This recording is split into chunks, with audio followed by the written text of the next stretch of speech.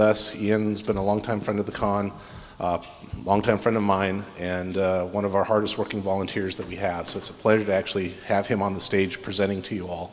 He's going to be speaking on Fast and Vulnerable, a story of telematic failures, so please welcome him to the stage.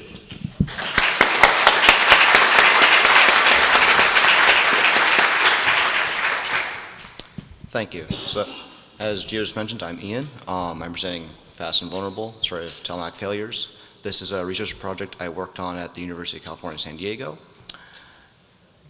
So, and this research used, come on, go. Of course, now you don't want to move. There we go.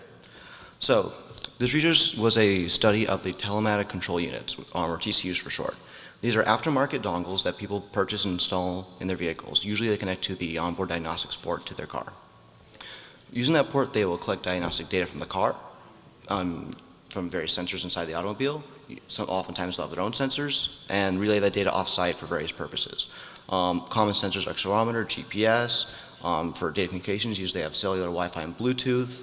And they're commonly used for fleet tracking. If you have a company that has a lot of cars, I think FedEx, UPS, or remote diagnostics. And you see these are lots of various types of ones out there. And this is what the installation process looks like. Right underneath your dashboard, there's a small connector, pops right in there. It's not even very noticeable. I'm not sure if you can see the little box right there. It's actually this TCU right here. It's happened to be the one we studied. Blends in pretty well. So the particular TCU that we looked at, this right here, is made by Mobile Devices Engineering. It's a French company, and this device is known as the C4E, or Munich box. It goes by two different names. It's basically a small Linux computer.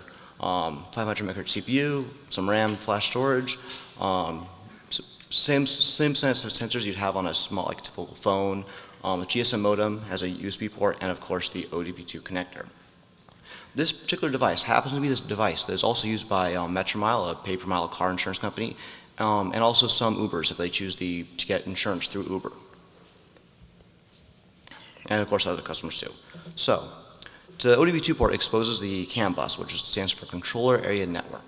And this is the network that connects all the ECUs inside of a modern automobile. It is found on almost all vehicles, 2008 or newer. It is a message-based protocol. Each packet can have only up to 8 bytes of data, and it does not, unlike TCP where there's a source destination address, the packets can only have a priority field, which is sometimes used as a source or destination, just depending on the type of packet or the protocol implemented.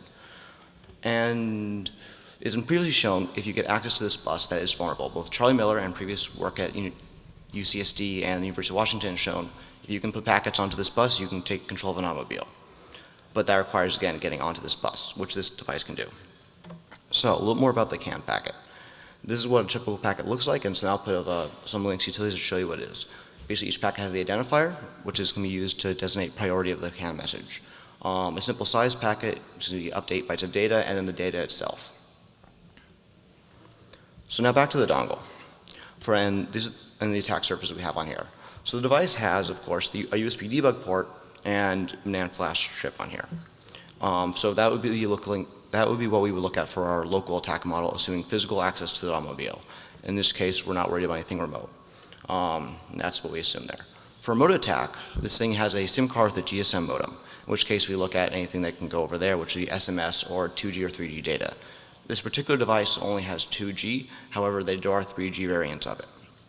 And in this attack model, we assume that the attacker does not have physical access to the vehicle, and may not even need to know where the device is physically located. So, here are our local attacks that we found. So, when plugging in into the USB port, the device presents itself as a USB network adapter, and it itself is on the network with several ports open. You have a web server and a telnet console. The telnet console does not drop you into a shell, it's just a little tiny debug console. And from here you can see a few different commands. You can set some parameters, change some variables, how long it sleeps, how long its uptime is. You can look at GPS location, install update packages, a few things like that. It does have an FTP server that only goes up when you're trying to upload a file for some purpose, a new config or an update, but it's GH rooted, nothing too interesting there. But then it does have an SSH server, but with what we've seen so far here, we have no known credentials to this. However, we have more though. So as I mentioned earlier, we have the NAND flash chip. So this is the chip on the device. where the actual contents of it is. Think about it like the hard drive of your computer. So we physically remove this chip from the device and dump its contents. So basically we can see what it has on there. Then this particular device happened to be using the UBIFS file system, the unsorted block image file system, which is used oftentimes for embedded devices. And it turns out most of your Linux kernels in your machine can actually just mount this device and read it using a kernel module called NAND Sim, which is pretty cool. It simulates the block level abstractions for this. You can mount it. So we got this device, looked at the file system, and we found the private key for the root user for over SSH. That's pretty good. We can now log in over that. We also found the same private key on all the devices we looked at, meaning that they're probably just cloning using the same file system image in all of them. And of course we looked at etchy-shadow, also the same, and we had weak passwords. So I won't quite say what the passwords were, but like there are two users on the device, root and user. The user is a member of the root group, so effectively it's also root, and its password was, I think, 8 characters that had 4 sequential numbers and vowels. So it's got some good security there. Okay, so I'm going to back up a little bit and talk more about the CAN bus capabilities here, at least of this device. So there are 2 revisions of these devices we looked at. One used a PIC code processor, which is the one we used in our demo, which was the older version of it. And so the manufacturer implemented a custom interface for sending commands to the CAN bus. So basically the main ARM CPU where your kernel runs and you have all your applications, and they can just send commands to this other processor that is in control of some of the lower level functions on the CAN bus and other messages for whatever else we want to do. We didn't look too much into that. We got to send CAN packets and that was good. Although this version did have a check in the PIC code processor that required the engine to be on in order to send CAN packets, which if you want to do some cool stuff with the car off, you want to try to bypass. So the device is shipped with a utility in the file system to reflash the thing, so we just dumped its firmware, found that check, skipped that instruction, and now we can send CAN packets to the device off. And the newer devices have Socket CAN, which is actually a Linux kernel module that allows you to see the CAN interface as a normal network interface, much like you would use an IP network, except it's not. But then you can use cool tools like Wireshark, to see and replay CAN packets.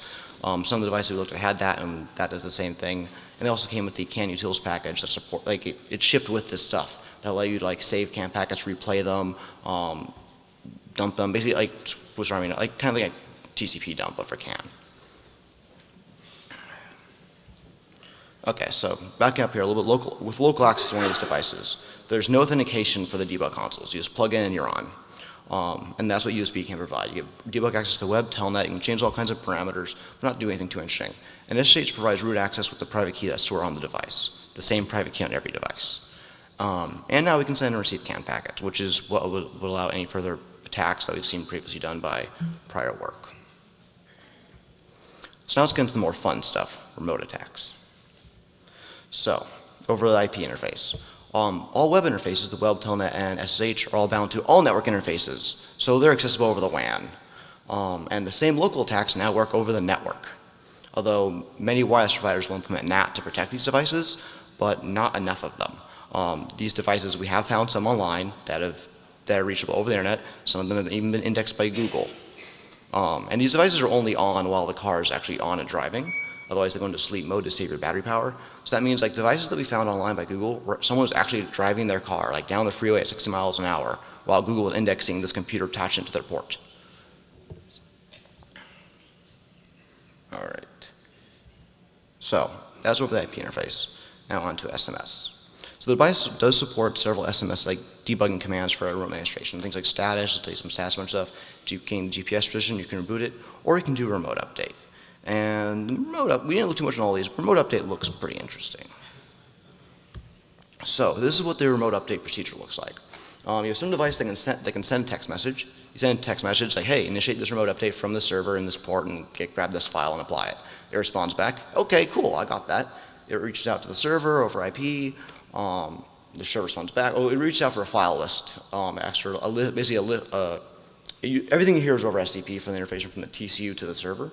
It'll look for a update file.txt, which is just a list of files to download and replace your current file system, kind of like a diff. You can add or remove files. So it'll get that file, parse that, then go back and get any files it needs to replace. And it has some MD5s for making sure that the checksums are right and that nothing was corrupted.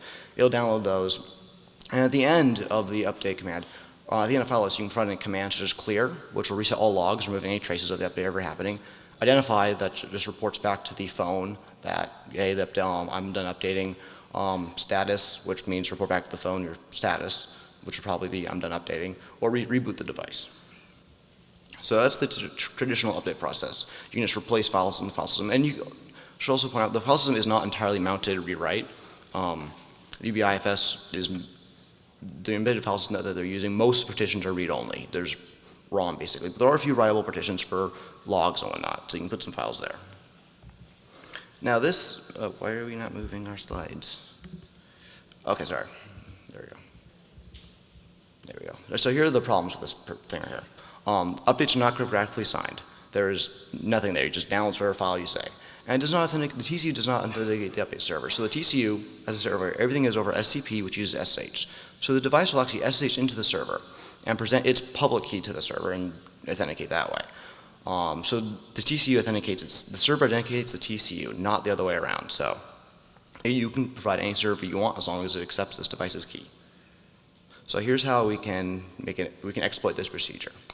So there's a binary on the device named console. It runs the web server, the Telematic console, and some other debugging functionality. And it is executed every time an update is completed. That's the only program we could find that's actually executed based as a result of sending a text message or initiating an update via the IP interface or Telematic prompt. So what we do, we replace this binary. We also bring back down the original one. So our update procedure here, the first half is the same. We replace console with console.back, the original. So we make a backup of it in case you want to use it. And we also download the console script, which starts a reverse SSH channel to our update server. So then we can SSH into it and do reverse SSH port forwarding. And then we replace the console shell script we made that starts the reverse shell with the original console script. So there's no traces of us, and now we have a reverse shell to this thing. So the remote access summary, here we go. The same local attacks now can work remotely. There's almost no difference, unless your carrier uses NAT, which many of them actually do here. As we have here. And we can obtain the root shell via IP or SMS, which can also allow us to read data off of the sensor. So even if we are not doing know where the TCU is that we have, we can get GPS coordinates. And we can send arbitrary CAN packets to the car. So now we get to the more fun part here, finding these devices. In order to communicate with any of these, you need to know either their IP address or their SMS phone number. And if they have the IP, you need to hope that they're not using NAT at the carrier level. So, of the devices that we examined, all of them had the SMS numbers, or all the phone numbers were in the 566 area code, which is reserved for personal communication devices.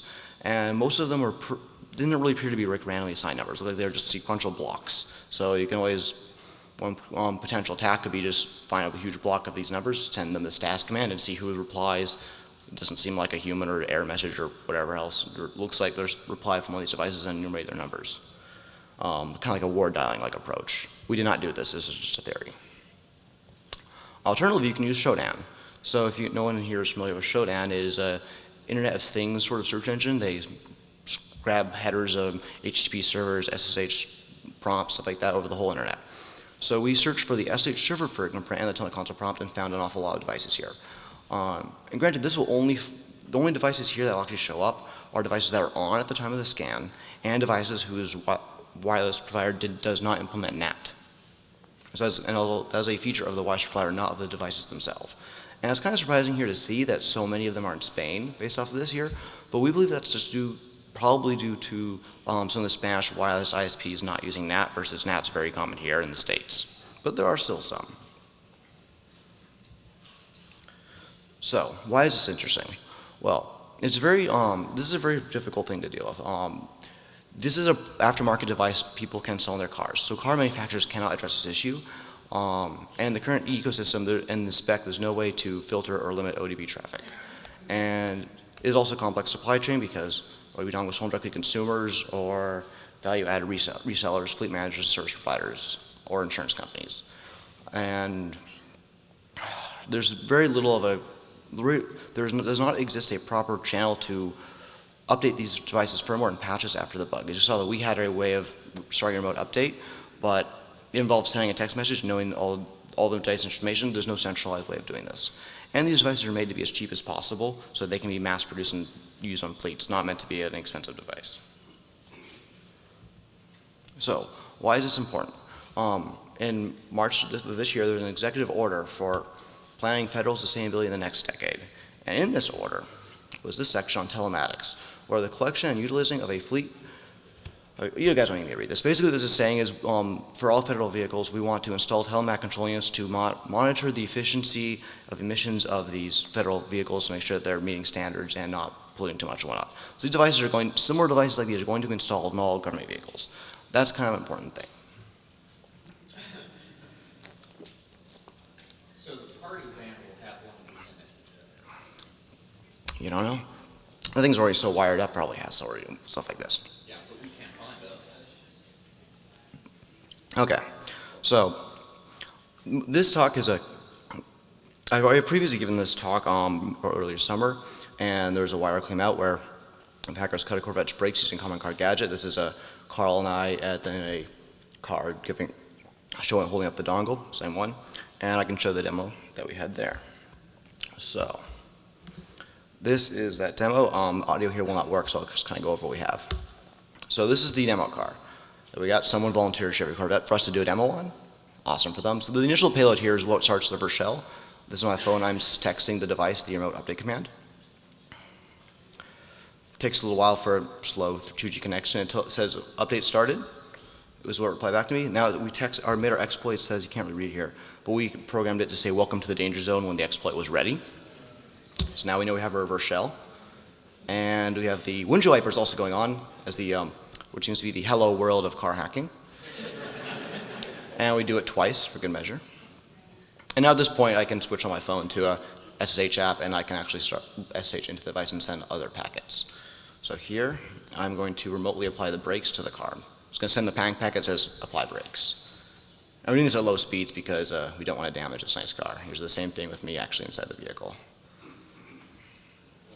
We're stopping here, and there is audio here, but you can't really hear it. Actually, hold on, I have a mic.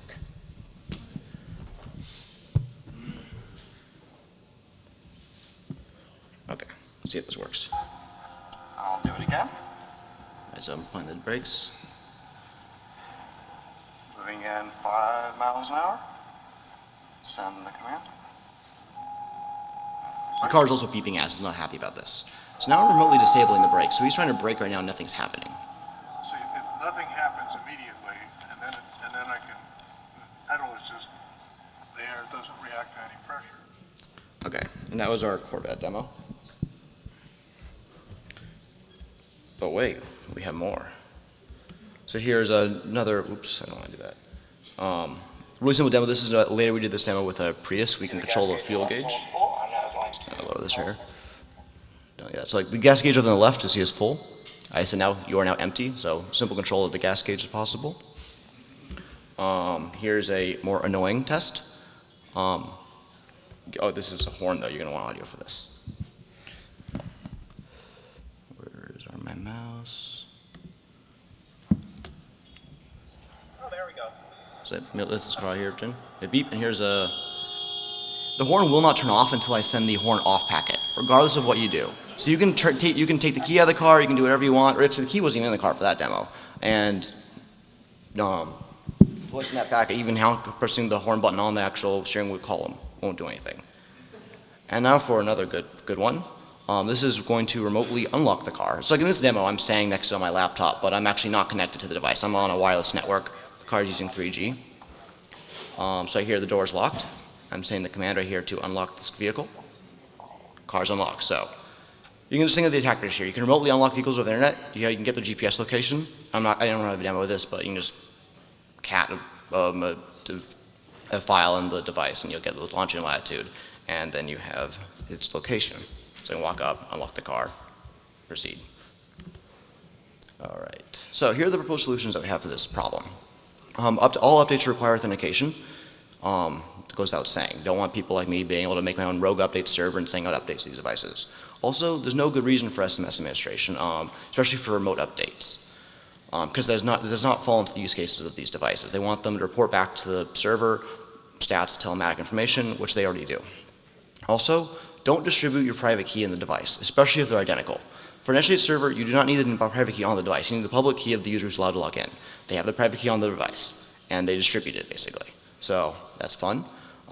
Use strong passwords. They don't exactly do that. I should also mention the passwords weren't even salted. There's MD5s, I believe. Also, disable WAN administration. Again, no good reason for the debug interfaces to be listening on the WAN interface, especially when things like Shodan and Google are out there. And even debug console, even with local access, which requires some sort of authentic console authentication. Like if I actually get one of these devices from an insurance company and plug this into my device, if I have a USB cable plug it in, I should not be able to change these settings. I should probably be using passwords that only the company knows. And also maintain the update server. So I didn't bring this up earlier, but the devices actually do check for updates every now and then at a domain name. We went to that domain name, nothing was there. We looked it up. The domain had expired at the time. So the update server these things do actually check for was an expired domain name. It has since now been re-registered by the hardware manufacturer, so that's been taken care of. All right, so we did responsible disclosure with this, and here's our timeline here. So we reached out to mobile devices, which is the hardware manufacturer, and told them about this here, about what we found, gave them all the information, and they were able to replicate the problem. And they told us that basically we had developer SIM cards, and by developer SIM cards, they meant SMS enabled. So they want you to disable SMS at the carrier level. Also, they mentioned that we're in advanced debug mode, that's what exposed the web and telnet interfaces, and that we have an old software version on our device. And using their documentation that they had, we could not find a way to remove advanced debug mode, but I'm sure that there's a way. I didn't look too hard on that. It's just the device that we got as it was shipped to us. We also told Metromel about these vulnerabilities, and they told us that they have disabled debug mode and disabled SMS access, so this should be fixed. And we also just closed to CERT. This is the timeline, and this is the CVEs that they have. All right, so thank you very much. I am Landrat on Twitter. These slides will be posted at landrat.com and Shemaine Wilchest. Are there any questions? Yeah, have you done any research to see if these kind of devices are installed in first responder vehicles? No, I have not. I only looked at one particular TCU. There's many different types out here. I'm not saying that the other ones are any more or less secure, but I imagine they probably have something, but I've done not done that. Yeah? For the console binary, how did you reverse engineer that if it was compiled code? So, okay. The version that we made a backup of and come back down was the same binary on the device. We just took it off using SCP.